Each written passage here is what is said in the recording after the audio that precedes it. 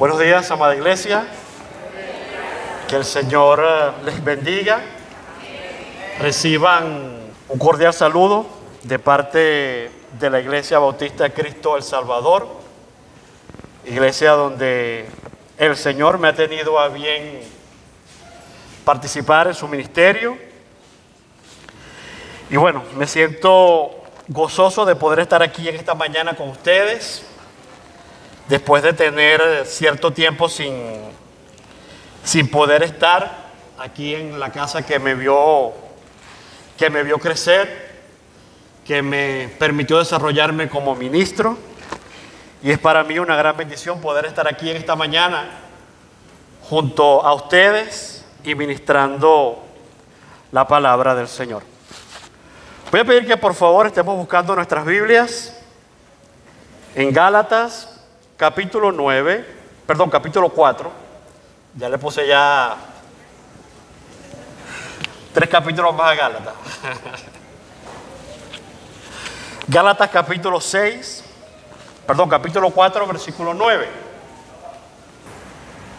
Cuando lo tengan ubicado, amados hermanos, les voy a rogar que por favor estemos de pie para leer la palabra del Señor de manera reverente.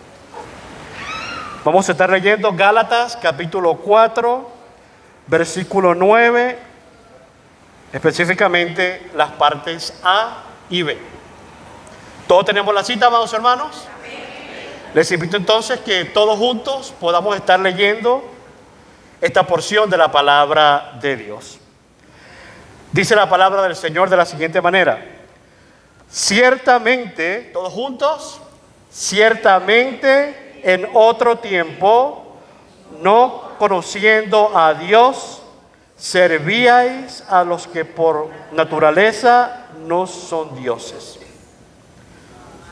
Mas ahora, conociendo a Dios, o más bien siendo conocidos por Dios. Muy bien, hasta allí. ¿Pueden sentarse? En esta mañana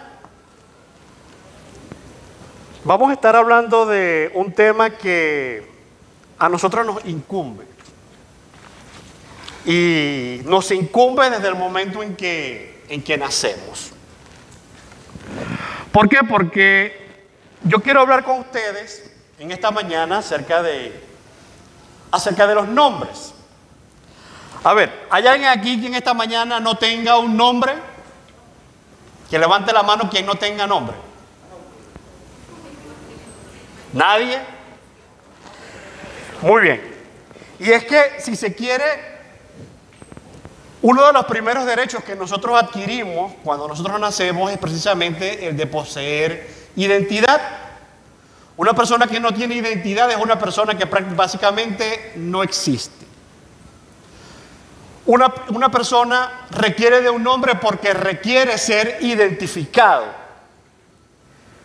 Y es también uno de los derechos que se ganan los padres de poderle dar nombre a sus hijos. Ahora bien, los nombres sirven para identificar, para dar reconocimiento y también nos ayudan a tener notoriedad. Tener un nombre, entonces, es importante porque es una de las primeras señales que posee el ser humano de ser reconocido por alguien. Pero hermano, hay que reconocer también que hay nombres de nombres. Y en ese particular, los maestros, a ver, ¿dónde están los maestros aquí? Que levanten la mano los maestros. Yo creo que no hay nadie más que sepa de nombre que un maestro. Y cada vez que nosotros nos vamos al salón de clases, que nos entreguen aquellas nóminas, nos tenemos que poner la mano en la cabeza para identificar y para adivinar qué tipo de creatividad revistió ese padre y esa madre para ponerle ese nombre a ese niño. Y nosotros también echamos mucha broma porque decimos, oye, ¿cómo hace, por ejemplo, un chino para poner nombre a su niño o a su niña? Y nosotros decimos, bueno, yo creo que tiran una lata por la escalera y pim, pum, pam. Ah, bueno, sí le ponemos pim, pum, pam. A mí me tocó hacer ese chiste frente a una coreana allá en la iglesia central de Cumaná.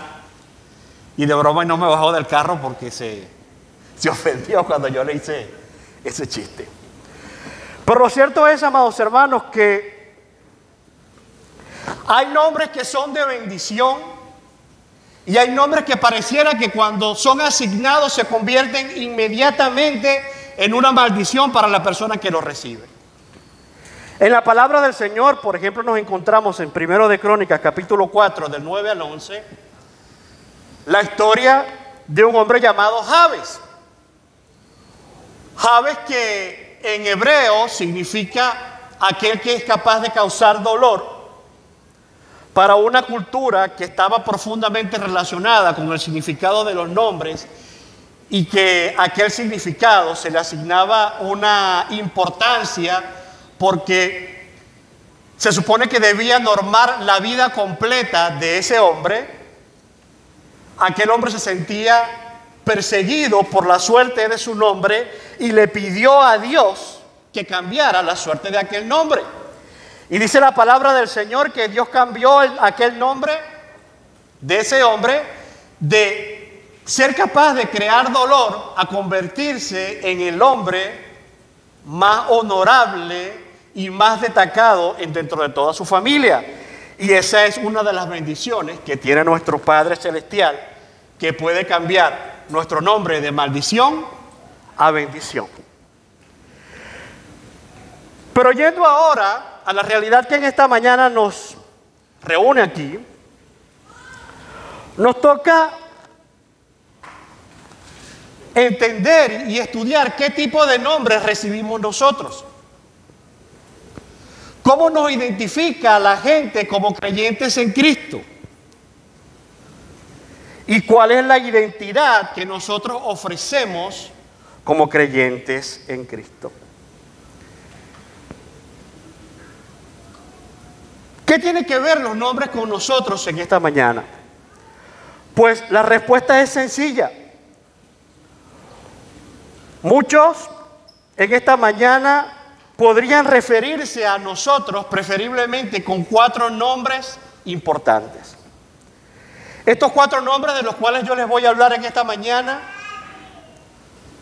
todos debemos tenerlos. No podemos destacarnos simplemente por uno solo porque no pueden identificarnos por uno solo. La palabra del Señor demanda que seamos identificados por lo menos por esos 4 nombres. Y en esta mañana yo quisiera disertar y presentar un sermón a la luz de las Escrituras titulado 4 nombres por los cuales debemos ser conocidos. El primero de estos nombres, amados hermanos, es nuestra denominación de origen. Y me refiero al nombre de cristianos. Voy a pedir que por favor estemos buscando en la palabra del Señor, en el libro de Hechos, capítulo 11, versículo 26. Hechos, capítulo 11, versículo 26.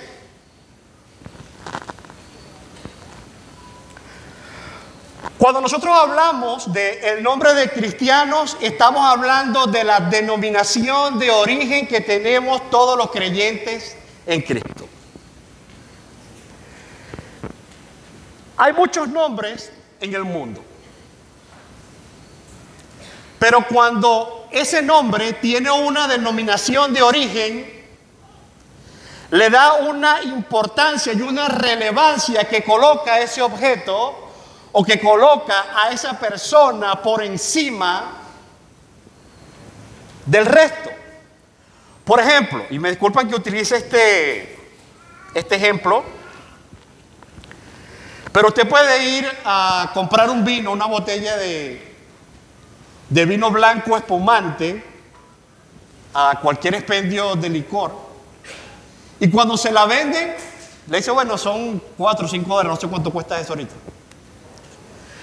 Pero si usted pide una botella de vino blanco espumante y en la etiqueta dice champán, primero que el precio va a cambiar e inclusive el lugar donde esa botella va a estar ubicada también va a cambiar porque tiene un nombre que habla de su origen y que la coloca por encima de todo lo demás. Lo mismo, amados hermanos, pasa con nosotros cuando nosotros somos llamados por el nombre de cristianos. El nombre de cristiano define y anuncia que nosotros somos seguidores ¿de quién? ¿De quién? ¿De quién? De Cristo. Pero este nombre, amados hermanos, tiene un problema muy grande. Es un nombre del que tú y yo no nos sirve de nada identificarnos si los demás no son capaces de ver esa identidad en nosotros. Baste, por ejemplo, que usted se pare en una calle y usted diga, mira, aquella persona que vive en aquella casa es cristiano. Y entonces de repente cuando los vecinos escuchan, cristiano, será cristiano porque de cristiano no tiene nada. Pero vamos a ver por qué pasa esto. Vamos a centrarnos en Hechos capítulo 11, versículo 26, que dice de la manera siguiente: y se congregaron allí todo un año con la iglesia y enseñaron a mucha gente, y a los discípulos se les llamó cristiano por primera vez en Antioquía. Vemos aquí, amados hermanos, que el nombre de cristiano no fue un nombre que nosotros buscamos colocarnos.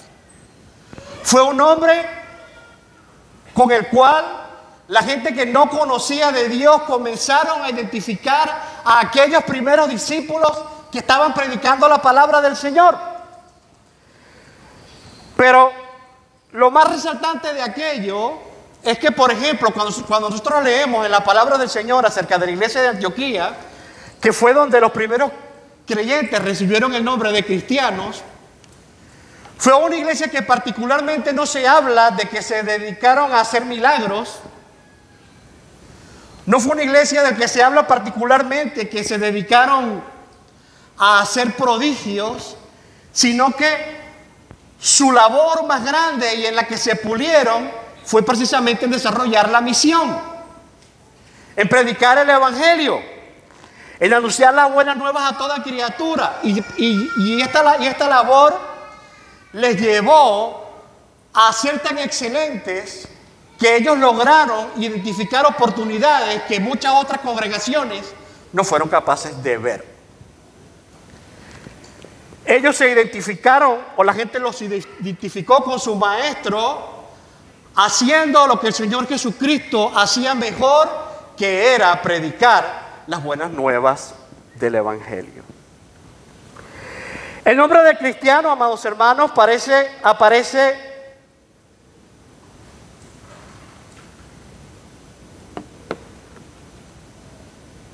3 veces en toda la Escritura. Y podemos decir que al menos remarca 2 funciones importantes. La primera, como dije anteriormente, es identificar a quién nosotros seguimos. Uno no puede llamarse cristiano si no sigue a Cristo. Uno no puede llamarse cristiano ni puede si no ha experimentado un encuentro personal con el Señor Jesucristo. Uno no puede llamarse cristiano si no se identifica con su misión. Uno no puede llamarse cristiano si uno no se identifica con su doctrina. Podrás tener otro nombre, podrás ser identificado de otra manera, pero nunca podrás ser identificado como un cristiano. En segundo lugar, también el nombre de cristiano define nuestra misión. ¿Por qué? Porque es importante notar, amada iglesia que me escuchen esta mañana, que la iglesia de Antioquía, como dije anteriormente, fue referente en la palabra del Señor por ser activos en la misión. Mientras que los cristianos de Judea solamente se centraban en hacer nuevos discípulos de los mismos judíos, ellos ignoraban por completamente el mundo gentil para la predicación del evangelio. Pero la gente de la iglesia de Antioquía se dieron cuenta que allá había una oportunidad que no había sido explotada. Y su cristianismo los llevó a hacer un gran ministerio dentro del pueblo gentil. Tanto así que uno de sus miembros más relevantes, que fue el apóstol Pablo, tuvo la bendición de decir que había sembrado toda la tierra con el evangelio. Y ese fue un miembro de la familia de la iglesia de Antioquía. En esta semana anunciaba el pastor Ariel que había un grupo de cristianos que iban a San José de Buja. ¿Cómo lo vio la gente de allá? Los identificaron como cristianos, cumplieron con la misión. Esa es una de las partes que tiene el poder ejercer y poder tener este nombre. Hoy día, amados hermanos, pareciera que el nombre de cristiano ha perdido peso. Como que ya no impacta tanto en medio de una sociedad que pareciera que el llamado de ese nombre se ha diluido, que se dispersa entre las calles y ya no retumba. Nosotros, amados hermanos, necesitamos recobrar nuestra identidad como cristianos. Porque este nombre es el que más hace diferencia entre las demás cosas. Usted puede escuchar por allí hablar de un musulmán, puede escuchar hablar de un budista, puede escuchar hablar de un Hare Krishna y no pasa nada. Pero basta decir que usted es cristiano para que las cosas comiencen a cambiar y para que inclusive el trato hacia usted mismo cambie. El nombre de cristiano nos habla de contracultura, porque usted puede identificarse como un árbol, como un perro, como un gallo, como una gallina, como un homosexual, como un transexual, como un bisexual y no pasa nada. Todo el mundo dice que tienes una tremenda identidad. Pero cuando te identificas como cristiano, entonces vienen los ataques para aquella persona que osa ponerse ese nombre. Pero la palabra del Señor nos dice, amados hermanos, que si nosotros no nos avergonzamos del nombre de Cristo, Jesucristo tampoco se avergonzará de nosotros. ¿Es usted una persona que se avergüenza de tener el nombre de cristiano? Muy bien. El segundo nombre con el que debemos identificarnos en esta mañana es con nuestro nombre formativo. Y en ese caso me estoy refiriendo al nombre de discípulo. Cuando nosotros hablamos de discípulo, estamos hablando, como lo dije anteriormente, de nuestro nombre de formación. ¿Por qué? Porque la nación de Dios tiene que ser una nación de gente que vive constantemente aprendiendo, profundizando y avanzando en las enseñanzas del Rey para poder garantizar que esta nación siga siendo una nación santa. Cuando nosotros buscamos, por ejemplo, en Deuteronomio capítulo 6, versículos del 1 al 8, nos vamos a encontrar que Dios, cuando llama a Israel y la convoca, y están a punto ya de hacer los preparativos para tomar posesión de la tierra prometida, el Señor Jesucristo reúne a todo el pueblo y le da unas directrices específicas que ellos debían seguir sí o sí. Vamos a estar buscando en Deuteronomio capítulo 6, versículo del 1 al 8. Dice la palabra del Señor de la siguiente manera. Estos pues son los mandamientos, estatutos y decretos que Jehová vuestro Dios mandó que os enseñase, para que los pongáis por obra en la tierra a la cual pasáis vosotros para tomarla, para que temas a Jehová tu Dios, guardando todos sus estatutos y sus mandamientos que yo mando. Tú, tu hijo y el hijo de tu hijo, todos los días de tu vida, para que tus días sean prolongados.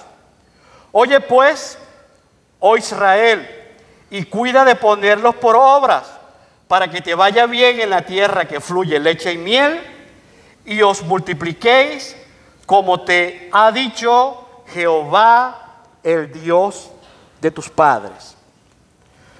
Oye Israel, Jehová nuestro Dios, Jehová uno es. Y amarás a Jehová,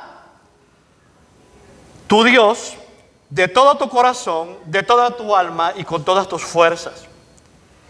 Y estas palabras yo te mando hoy, que estarán sobre tu corazón, y las repetirás a tus hijos y hablarás de ella en cuanto estando en tu casa y andando por el camino y al acostarte y cuando te levantes, y las atarás como señal en tu mano y estarán como faroles entre tus ojos, y las escribirás en los postes de tu casa y en tus puertas. La enseñanza de la palabra del Señor, amados hermanos, desde este momento comenzó a tomarse como algo muy serio. Y el Señor le dijo claramente al pueblo que si ellos querían ser bendecidos delante de Él, y si querían mantener una nación santa, el único camino era que dentro del pueblo se mantuviese la enseñanza constante de la palabra de Dios. Y cuando nosotros hablamos de enseñanza, estamos hablando obligatoriamente de un discípulo. En el antiguo Israel, bueno, de hecho todavía se mantiene bastante. Pensé que estas costumbres habían cambiado, pero todavía se mantiene, sobre todo en las partes ultra ortodoxas. La profesión más deseada en el tiempo que el Señor Jesucristo predicó era la profesión de rabino. El rabino en aquel tiempo era como hablarte de un gran atleta hoy en día. Era como hablarle de un cantante. Si en aquel tiempo hubiesen hecho afiches de rabinos, créanme que todo el mundo tendría en su cuarto la foto de un rabino, porque todo el mundo quería ser rabino. Pero ¿cómo se llegaba a ser rabino? Bueno, en el antiguo Israel, a los niños se les introducía desde muy temprana edad a la escuela de la ley, donde un maestro de la ley, que en este caso era un escriba o un fariseo, se encargaba de enseñarle a esos niños desde la edad más o menos como los 4 años. Siempre cargaban una botellita de miel, y cada vez que al niño se le ponía en contacto con la palabra del Señor, el maestro le daba una gota de miel para que el niño asociara buenos recuerdos con la palabra del Señor. Y cuando el salmista habla de que la palabra del Señor era dulce a su boca, simplemente lo que estaba era recordando sus tiempos cuando él estaba en la escuela y empezaba a asociarse con la palabra de Dios.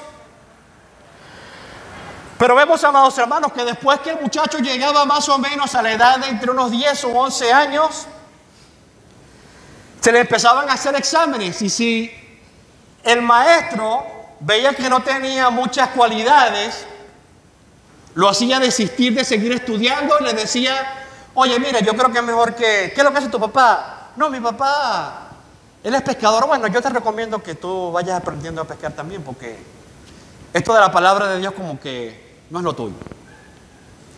Y así muchos de ellos eran desechados. Pero si había uno o dos que se notaba que tenían cualidades, se les animaba a seguir estudiando. Se les hacía profundizar un poco más en la palabra de Dios hasta que llegaba más o menos a la edad de unos 14, 15 años. Y entonces era cuando les era permitido buscar a un maestro, a un rabino que nos instruyera. En ese tiempo entonces el que era aspirante a ser un rabino pasaba con su maestro todos los días de su vida. Siempre estaba sentado cerca de sus pies para escuchar de primera mano las enseñanzas que este rabino tenía para enseñar.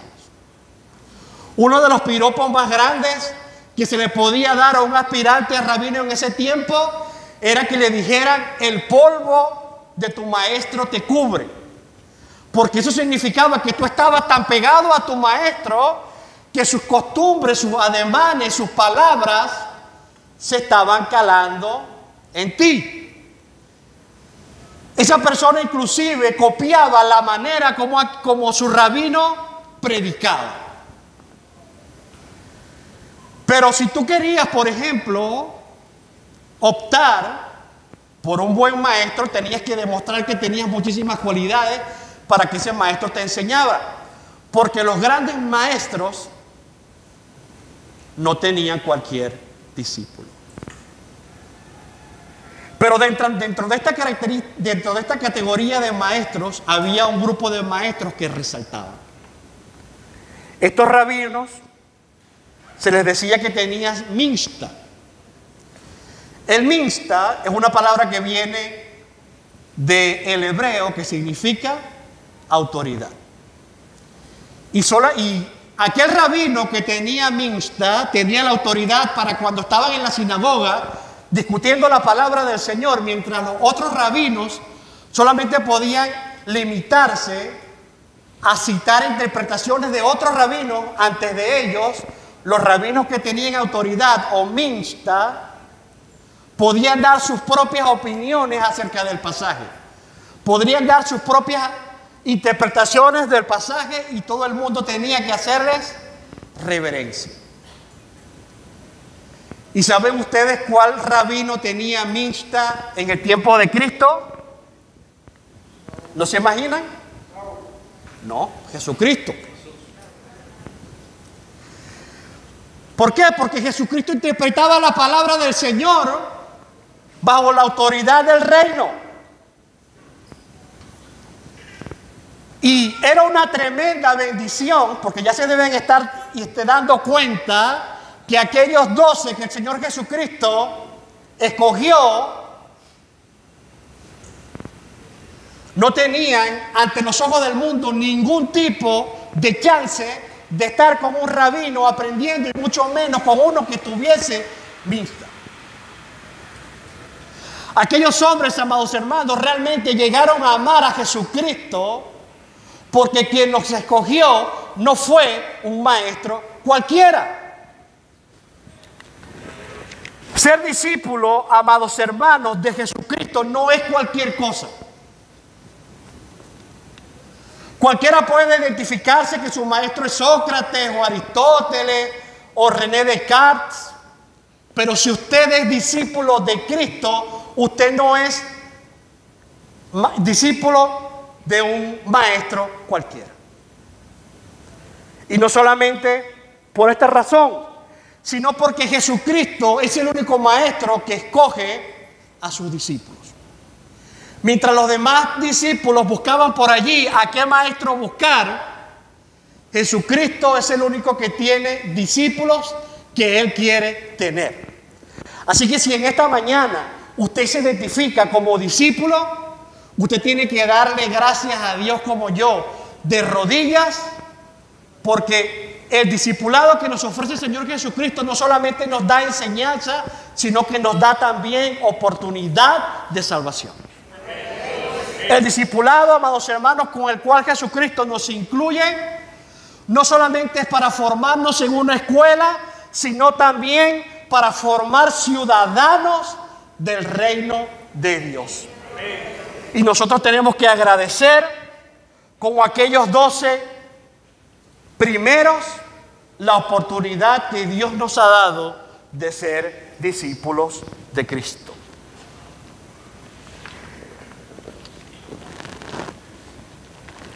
En Juan capítulo 15, versículo 16, versículo A, Jesucristo le dijo a sus discípulos que ser identificado como discípulo era una marca de ser escogidos. Y nosotros, amados hermanos, podemos dar fe que somos escogidos de Dios. Pero el discipulado, amados hermanos, también es una marca de protección. Voy a pedir que alguien, por favor, busque en Hechos capítulo 17, versículos 10 al 11, y otro que busque en 1 Timoteo 4, versículos del 13 al 16. Repito, Hechos 17, 10 y 11, y 1 Timoteo 4, versículos del 13 al 16. Y voy a pedir que alguien que lo encuentre me pueda colaborar con la lectura. Inmediatamente los hermanos enviaron de noche a Pablo y a Silas hasta Berea. Y ellos, habiendo llegado, entraron en la sinagoga de los judíos. Y estos eran más nobles que los que estaban en Tesalónica, pues recibieron la palabra con toda solicitud, escudriñando cada día las Escrituras para ver si estas cosas eran así. Gracias, hermano. Aquí vemos, amados hermanos, una de las primeras marcas que dice que el nombre del discípulo, la identidad de discípulo es una identidad de protección. Estos discípulos de Berea, amados hermanos, estaban escuchando la palabra de Dios de parte de Pablo, nos dice la palabra del Señor allí. Pero no era gente que simplemente tragaba lo que escuchaba, sino que realmente ejercía la función de rumiante que tiene toda oveja. ¿Por qué? Porque la oveja traga, pero después va a la sombra, al tiempo de quietud, a devolver lo que ha escuchado, a remasticarlo, y después es cuando lo digiere. Y esta función es muy importante para el discípulo, porque en medio de tiempos donde hay tanta gente predicando tanta pistolada, donde hay tanta gente trayendo pseudo revelaciones, aquel que no es discípulo no es capaz de protegerse de aquello que le están enseñando. Y en esto vamos a profundizar un poco más en lo que dice 1 Timoteo capítulo 4 del 13 al 16. ¿Alguien lo ubicó por allí? 1 Timoteo 4, 13 al 16.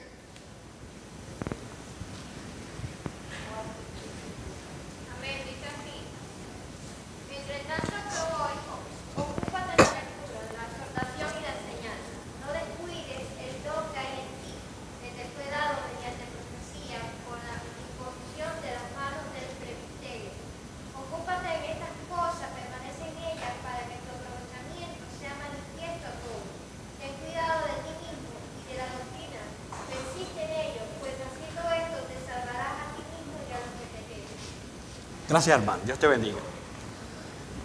Mucho más profundo todavía. Pablo utiliza varias veces la frase o la palabra ocúpate.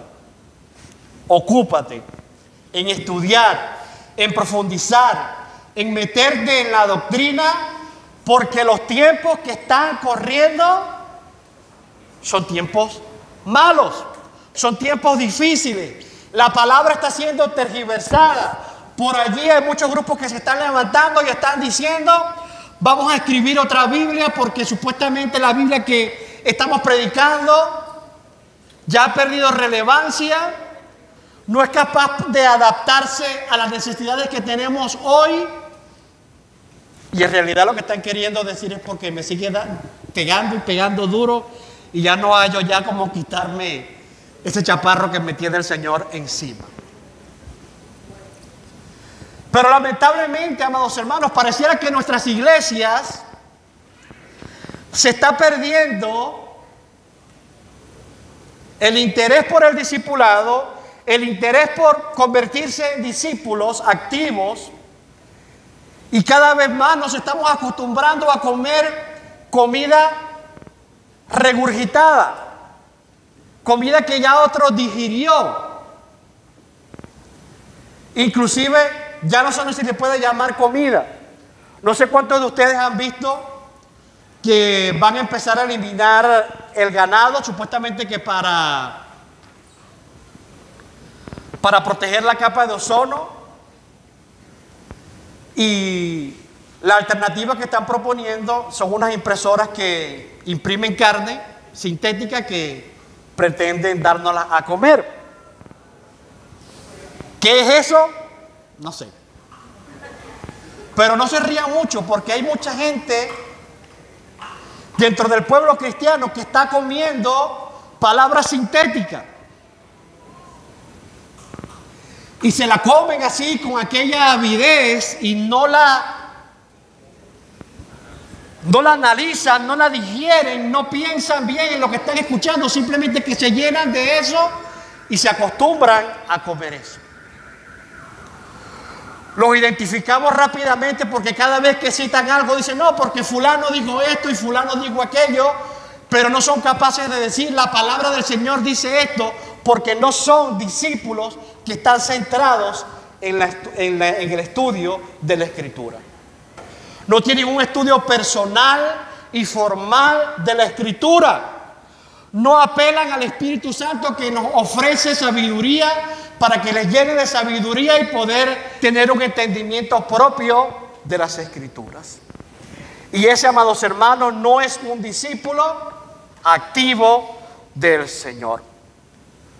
Oseas capítulo 4, versículo 6 dice de la siguiente manera: mi pueblo fue destruido porque le faltó conocimiento. Por cuanto desechaste el conocimiento, yo te echaré del sacerdocio, porque olvidaste la ley de tu Dios. Yo también me olvidaré de tus hijos. Amado hermano que me escucha, ¿qué tipo de creyente es usted? ¿Eres acaso un discípulo diligente sentado a los pies de tu maestro? ¿O acaso eres un ingenuo creyente como cualquiera que come cualquier cosa regurgitada por otro con avidez y sin meditarlo? Nosotros tenemos que dar cuenta de eso. El tercer nombre, amados hermanos, que en esta mañana del cual quiero hablarles es nuestro nombre de filiación. Y en este caso me estoy refiriendo al nombre de hermano. Existen varias razones de importancia para que nosotros los creyentes en Cristo se nos considere hermanos. Primeramente, el nombre de hermano apunta a una paternidad. ¿Y sabes quién es? ¿De quién es esa paternidad? ¿Ah? ¿De quién? Del Padre, seguro. Vamos a ver qué dice Juan 1:12. ¿Quién se lo sabe de memoria? Ajá. ¿Cómo? No entendí. Entonces fue una gallera. A ver, ¿qué dijeron? A los que creen en su nombre les dio la potestad de ser hijos de Dios. Si usted es hermano, si usted es hermano, si usted es mi hermana, significa que usted es hijo de Dios y que yo también soy hijo de Dios. Que Dios tomó la decisión soberana, sin coacción alguna, de adoptarnos como sus hijos. Nosotros, amados hermanos, conformamos una nación de hermanos. En el reino de los cielos, amados hermanos, no hay ni tío, ni primo, ni sobrino. Hay solamente hijos. Hay solamente hermanos, ni suegra. Hay solamente hermanos.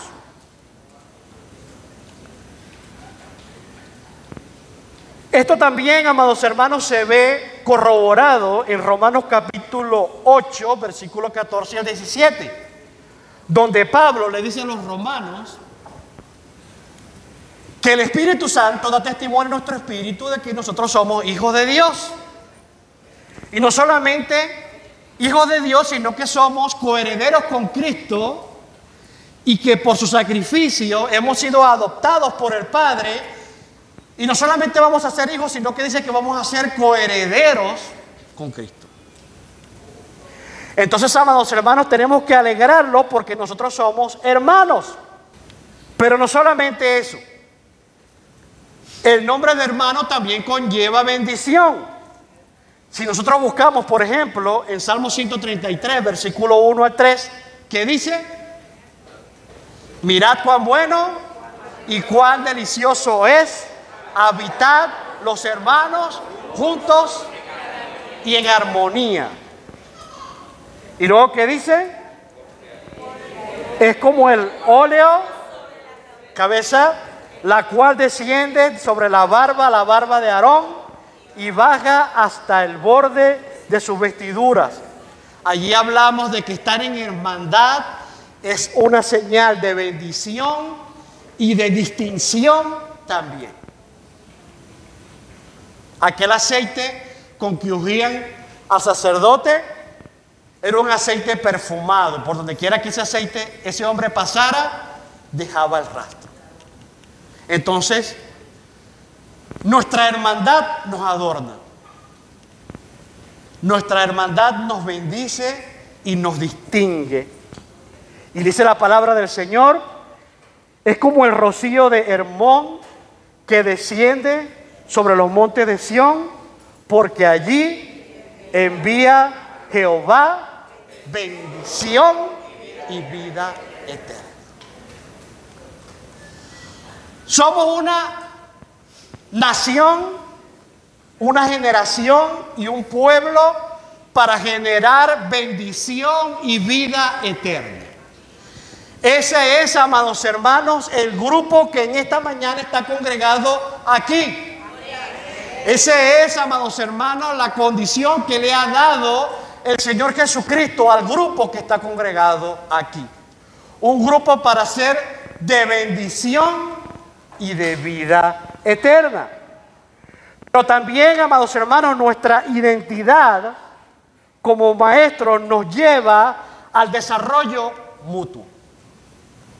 Ser hermano significa que usted me nutre a mí con lo que Dios le ha dado, con sus dones y talentos, como yo le nutro a usted con lo que Dios me ha dado a mí, con mis dones y mis talentos.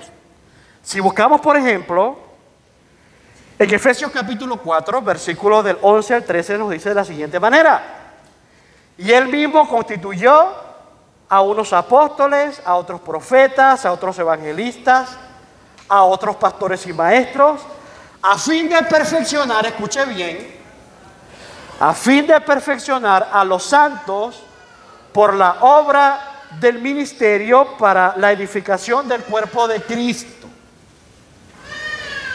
Hasta que todos lleguemos, escúchese bien, a la unidad de la fe y al conocimiento del Hijo de Dios, a un varón perfecto, a la medida de la estatura de la plenitud de ¿quién? De Cristo. Ser hermano, amados hermanos, significa que usted no es una persona solamente que es de bendición y de vida eterna. Es una persona que contribuye con el desarrollo del cuerpo de Cristo. Allí se habla de que el Señor puso en cada uno de nosotros dones y puso talentos. Pero esos dones, amados hermanos, no están en nosotros para nuestro propio beneficio. Están para el beneficio del resto del cuerpo. Dice allí que cuando los hermanos ponen en beneficio, a disposición del cuerpo, del resto del cuerpo de Cristo, sus talentos, el cuerpo se perfecciona. ¿Y hasta dónde puede llegar? ¿Hasta dónde? Hasta la estatura de Cristo. Lo que significa que si todos participamos con nuestros dones, todos crecemos. Pero si yo me abstengo de participar con mi don, no solamente me estoy convirtiendo en una persona egoísta, sino que el cuerpo comienza a atrofiarse. Imagínese, por ejemplo, que usted tenga un hijo adolescente. Precisamente cuando esa máquina está empezando a generar los cambios para pasar de niño a la adultez, y usted deje de darle vitaminas, deje de alimentarlo bien, deja que haga cualquier cosa, que no se duerma a la hora, ¿qué va a terminar siendo ese muchacho? Una persona subdesarrollada, porque ha dejado de recibir los cuidados necesarios para desarrollarse. Y cuando usted y yo como hermanos no actuamos con nuestros dones, no desarrollamos nuestros ministerios dentro del cuerpo de Cristo, lo que estamos creando es un cuerpo subdesarrollado. Porque somos hermanos que no estamos bendiciendo ni estamos haciendo que nuestro cuerpo, que el resto de nuestro cuerpo se desarrolle. Estamos nosotros, amados hermanos, colaborando para que el cuerpo de Cristo se desarrolle. ¿Has principalmente tú, amados hermano, descubierto cuál es tu don?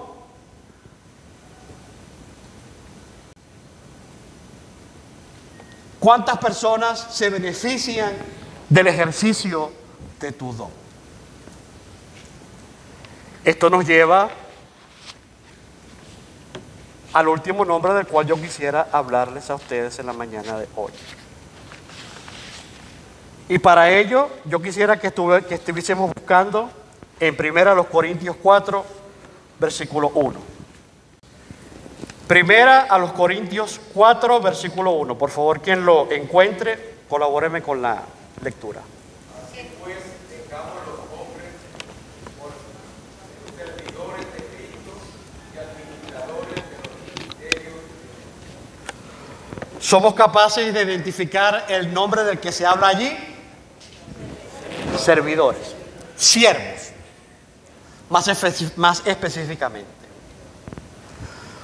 Uno de los nombres, amados hermanos, que pareciera como que hacernos molestia muchas veces a nosotros los creyentes, es el nombre de siervos. Y este no es un problema de ahorita, sino que una de las enseñanzas que el Señor Jesucristo tuvo que remarcarle, y lo único que le faltó fue darle un coquito a los discípulos, fue para que ellos aprendieran y entendieran que ellos eran siervos. Por lo menos 3 veces en la Escritura vemos nosotros que el Señor Jesucristo tuvo que ponerse a reprenderlos porque los discípulos no querían entender que ellos eran siervos. Mateo 18 del 1 al 5, Mateo 23 del 11 al 13, Lucas 19, 22 a 27, nombra algunos de estos eventos donde el Señor Jesucristo tuvo que llamarle la atención a los 12 porque los 12 estaban discutiendo quién era el que se iba a quedar con el control del reino. cuando el Señor Jesucristo lo crucificaron. Jesucristo, amados hermanos, primeramente de buenas maneras le llamó la atención. Después tuvo que agarrar a un niño para que ellos vieran al niño y decirle: usted tiene que ser como este niño, con inocencia, sin pretensiones. Pero al final, amados hermanos, tuvo el Señor Jesucristo que despojarse de su ropa, cubrirse simplemente con un con una toalla, y arrodillarse delante de ellos con un lebrillo, para entender que lo del servicio era una cuestión seria.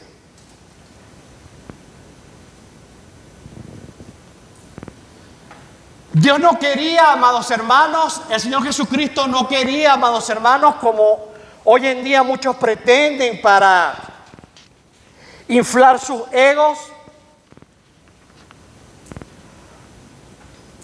llamarse apóstoles o querubines o salmistas o adoradores o líderes. No. Dios quería que nosotros en el reino fuésemos siervos. Y esto no era simplemente un capricho del Señor Jesucristo. No, el Señor Jesucristo vino a darnos el ejemplo. Ninguno de nosotros como siervos no podemos decir que no podemos ser siervos, porque una de las cosas que el Señor Jesucristo nos enseñó a usted y a mí es a ser siervos. Si nos vamos nosotros a Filipenses capítulo 2, nos vamos a encontrar que una de las marcas que identificó al Señor Jesucristo fue la servidumbre. Él vino entre los hombres a convertirse en un siervo. Entonces usted y yo, amados hermanos, no podemos tener pretensiones. Tenemos que acostumbrarnos a ser siervos. Ahora bien, el nombre de siervo tiene dos nombres antagónicos. El primer nombre antagónico es el de holgazán.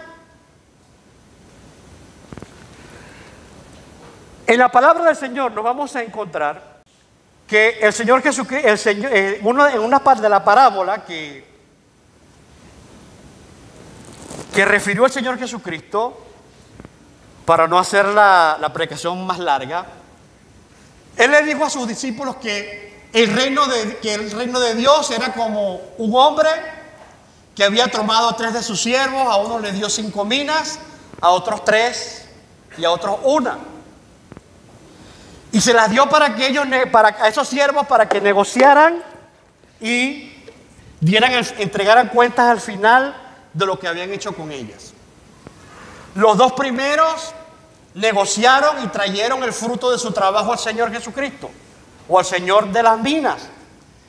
Pero el tercero simplemente decidió no hacer nada, y cuando le tocó entregar cuentas no tenía nada que entregar, porque él simplemente no había negociado. En la palabra del Señor, cuando nosotros buscamos que el Señor de las minas identifica al siervo como siervo bueno, lo que dice en el griego original de esa palabra es que bueno es igual a productivo. Es decir, que si usted es un siervo que está simplemente allí sentado, calentando una silla, usted no es un siervo bueno. Usted es un siervo negligente. Y la palabra del Señor dice que al siervo negligente, ¿qué le pasa? Será echado a las tinieblas de afuera, donde es el ¿qué? El lloro y el crujir de dientes. Pero el otro nombre que es contrario al nombre de siervo es jactancioso. Si buscamos, por ejemplo, en Mateo capítulo 6, versículos del 1 al 5, el Señor Jesucristo, cuando nos estaba enseñando a orar a sus discípulos, les dijo: no sean como los fariseos y como los escribas, que ellos buscan que todo el mundo los vea, que todo el mundo diga: oye, ese tipo cómo ora tan bonito y cómo lee la palabra del Señor tan bonito. El Señor les dijo: ciertamente ellos ya tienen su recompensa. El siervo de Dios, amados hermanos, sirve sin buscar ser notado. El siervo de Dios, amados hermanos, sirve solamente para recibir y para entrar en el gozo de su Señor. Pero el siervo de Dios también, amados hermanos, tiene su recompensa. Y la recompensa de Dios es la única que usted y yo debemos buscar. El reino de Dios, amados hermanos, se abre para los siervos. El reino de Dios, amados hermanos, recompensa a sus siervos. Y Dios, amados hermanos, sabe dar buenas dádivas a sus siervos. ¿Por qué entonces nosotros en este momento buscamos el reconocimiento de los hombres, el aplauso, que todo el mundo nos haga reverencia? Pero queda el reconocimiento de Dios. ¿Será que nosotros acaso podremos ser recibidos con grandeza allá en el reino de los cielos por la obra que estamos haciendo aquí en la tierra?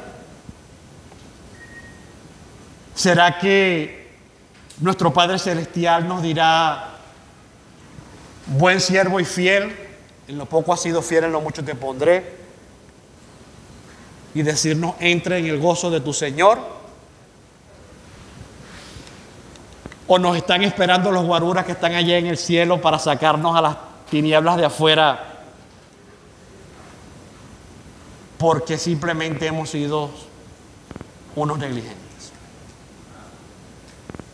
Esa es una pregunta que también nosotros tenemos que responder, porque allá en el cielo ese problema no se puede arreglar, hay que arreglarlo es aquí.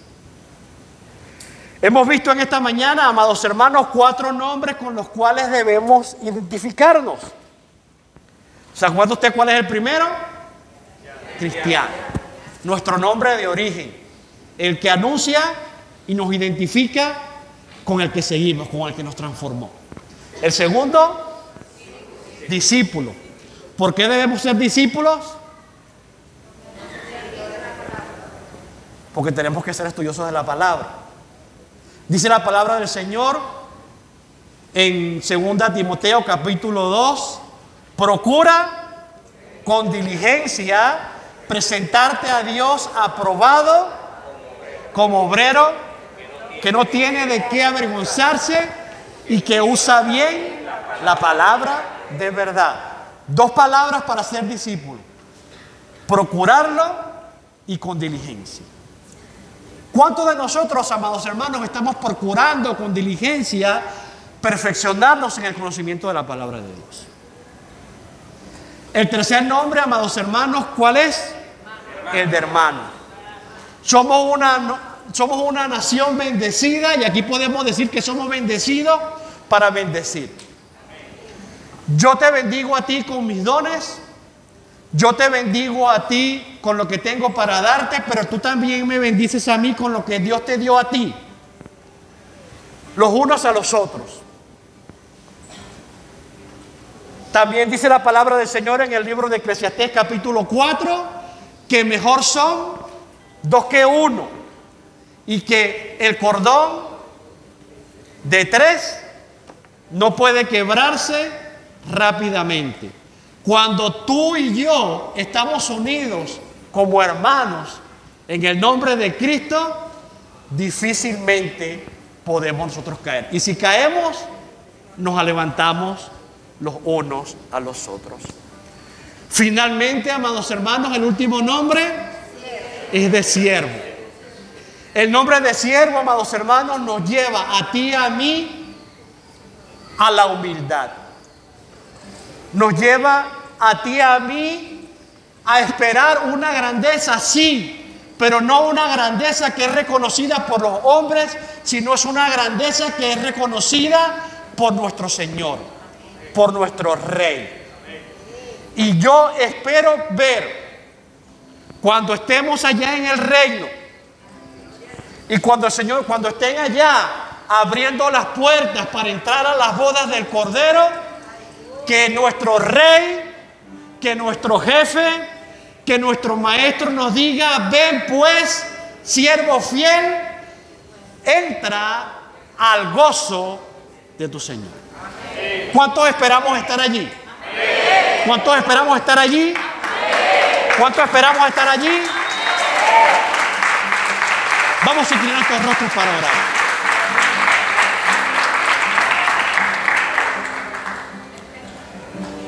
Amado Padre Celestial, gracias, Señor, por tu palabra nuevamente. Señor, es inconmensurable los beneficios, las bendiciones, Señor, de lo que podemos aprender de ella, Padre.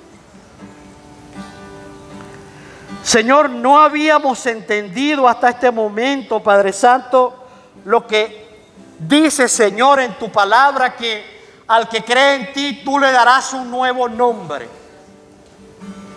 Señor, y el nombre que nos ofrece es también un nombre como el tuyo, que es sobre todo nombre, porque nos distingue, porque nos protege, porque nos hace crecer y porque también nos nivela, Padre. Señor, el nombre que tú nos ofreces, esa identidad, Señor, de tu reino que nos has dado al morir tu Hijo Jesucristo en la cruz del Calvario, y a nosotros arrepentirnos para aceptarte como Señor y como Salvador, en esta hora, Padre Santo, nos distingue. Pero, Señor, tenemos también que presentarnos delante de tu presencia para revisar qué compromisos tenemos nosotros con nuestra identidad. Padre Celestial, en esta hora tu palabra nos reta para poder entender si que todavía nosotros caminamos bajo el nombre de pecadores. Si es que la gente todavía nos identifica con aquel viejo nombre, o si ya nos pueden ver como miembros de la familia de la fe, como seguidores tuyos, como servidores y como personas que nutren, Padre. Y quisiera en esta mañana, mientras tú estás orando allí, que tú puedas revisar en tu vida, amado hermano, amado iglesia que en esta hora me estás escuchando, para ver si tú logras identificarte y logras ver en tu vida estos 4 nombres. ¿Qué dice la gente de tu trabajo, de donde estudias, de donde vives, cuando te identificas como cristiano, amada iglesia? ¿Es fácil ver a Cristo en tus acciones? ¿Es fácil ver a Cristo en tus palabras? ¿Es fácil ver a Cristo en tus emociones? Si en este momento tienes algún problema para que puedan identificar a Cristo en ti, para que puedan ver un pequeño Cristo en ti, yo te pido que puedas reflexionarlo allí en tu asiento. ¿Cómo está en esta mañana ese compromiso con el aprendizaje de la palabra de Dios? ¿Cómo estás tú avanzando en las profundidades de la palabra del Señor? Nadas en la orilla o en los someros del agua cuando estés estudiando la palabra del Señor, o le pides al Espíritu Santo indagar en las profundidades de la palabra. El Señor Jesucristo quiere en esta mañana, amados hermanos, que usted deje de tomar leche, que comience a comer carne. ¿Cuántos de ustedes en esta mañana renuevan su compromiso de ser discípulos de Cristo? De adentrarse en las profundidades de la palabra del Señor. ¿Y cómo está nuestra hermandad, amados hermanos? ¿Somos nosotros parte del cuerpo? ¿Vivimos aislados? ¿Estamos aportando a la mesa donde comemos? ¿Estamos nutriendo a los hermanos que dependen del ejercicio de nuestro don, del ejercicio de nuestro talento? ¿Cuántos están creciendo por mi aporte? ¿O cuántos se están quedando disminuidos porque nosotros no estamos ejerciendo la función que nosotros nos ha llamado Dios a hacer? Hoy en día, amados hermanos, necesitamos seguir honrando nuestra identidad como hermanos, porque eso dice que nuestro Padre es el Padre eterno. Y nuestra salvación depende de que nosotros seamos hijos de Dios, porque o somos hijos de Dios o somos hijos del diablo, pero no podemos tener más padre. Quiero hablar también a aquellos que están sirviendo. ¿Cuál es nuestra motivación actual para servir? ¿Qué motivo te trae a ti y a mí en esta mañana, amados hermanos, para poder ejercer ministerio? ¿Será acaso que estoy aquí porque estoy buscando el reconocimiento de la chica que está sentada allá? ¿O será porque yo quiero anhelar los aplausos que da la congregación al Padre, y que hago como Satanás cuando estaba allá en el reino de los cielos dirigiendo la adoración, que quiso adueñarse del aplauso y del reconocimiento que era para Dios y llevárselo él? ¿Será acaso que mi servicio es una muestra jactanciosa para yo hacerme ver como aquel que es mejor que los demás?